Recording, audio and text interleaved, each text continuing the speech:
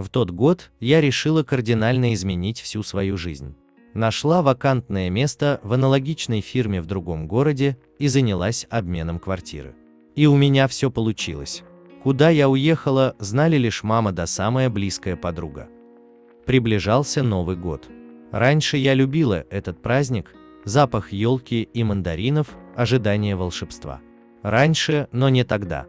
Всему виной стало появление в нашей фирме Кирилла. Новый сотрудник был веселым и красивым, и я влюбилась. Мы начали встречаться. Иногда любимый оставался у меня на ночь, но не слишком часто. Я не торопила события. Он любит меня, и это главное. Успокаивала себя, но все же что-то смущало. Словно кошки скреблись на душе.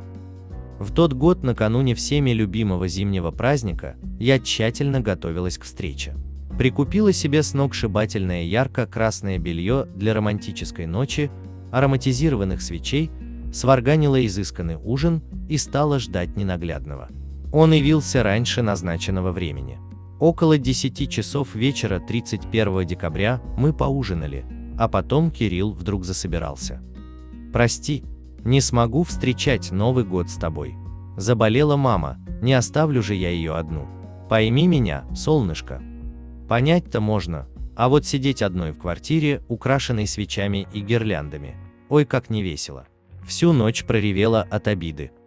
Появился он 1 числа после обеда и снова не остался на ночь. У мамы давление высокое. Не могу. И опять влюбленная дурочка поверила. И верила до тех пор, пока не оказалась в парке на другом конце города, куда от нечего делать поехала прогуляться. А там Кирилл с симпатичной пухленькой женщиной и малышом лет 3 на санках. Они катались с горки, смеялись, и было явно видно, что счастливы. Я спряталась за деревом, а потом сбежала. До утра уснуть не могла, а на следующий день на работе у нас с ним состоялся неприятный разговор. «Я видела тебя с женщиной и ребенком. Ничего не хочешь объяснить?» И тут он расставил все точки. Это его гражданская жена, и он давно ее не любит. Их кроме ребенка ничего не связывает. Но малыш болеет, и как только крохе станет лучше, он уйдет от них ко мне.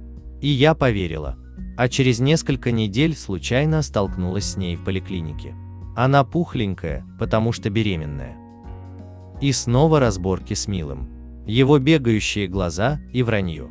И тогда я решила сбежать, потому что лезть в чужую семью, отнимая отца у 2 детей, считала недопустимым. Уехала и ушла с головой в работу. Постепенно боль утихла, все реже вспоминала Кирилла. Окончательно обосновалась на новом месте как раз накануне следующего Нового года.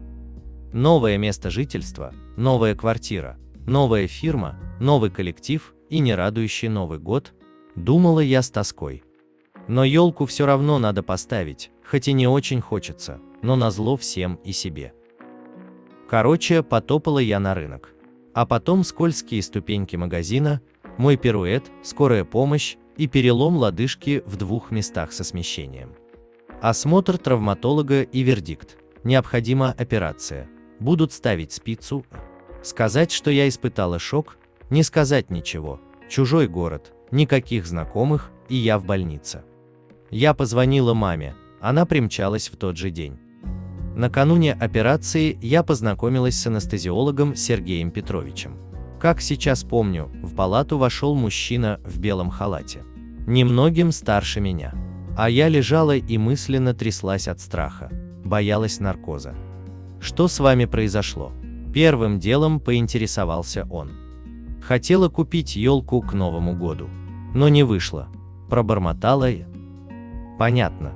По-моему, елку в дом должен приносить мужчина, а не такая хрупкая девушка.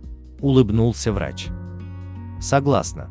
Только пока не подберу подходящую кандидатуру, ответила, усмехнувшись. А вы хирург? Нет. Я буду нести ответственность за работу вашего сердца во время операции. Какой сон вам показать? Я заморгала недоуменно. Я анестезиолог, буду вас вводить в наркоз. Чего смотреть изволите? Мелодраму, комедию или мультики? Скажу вам по секрету, некоторые пациенты даже клубничку заказывают. От его шуток страхи мои развеялись. Стало как-то спокойно на душе. Потом он приходил еще несколько раз. Внимательно слушал мое сердце, а затем подолгу задерживался в палате, рассказывая всякие веселые истории из жизни. «Что-то зачастил к тебе наш Петрович», — заметила как-то санитарка тетя Маша. «Видать, задела ты его душу. Как пить дать?»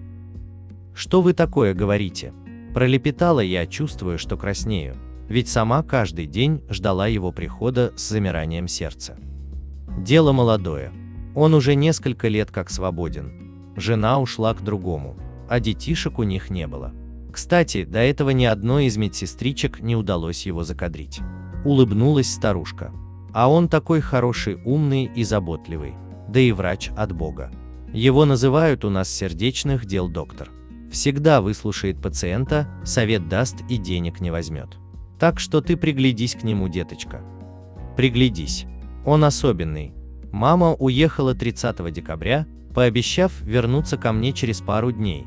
Меня все равно домой на праздники не отпустили. На все отделение осталось 2 старика да старушка, остальные больные разъехались. В канун Нового года в палате появился Сергей Петрович. С маленькой живой елочкой в руках, фруктами и бутылкой шампанского. «Постойте, разве вы сегодня дежурите?» – обрадовалась я. «Нет», – рассмеялся в ответ он.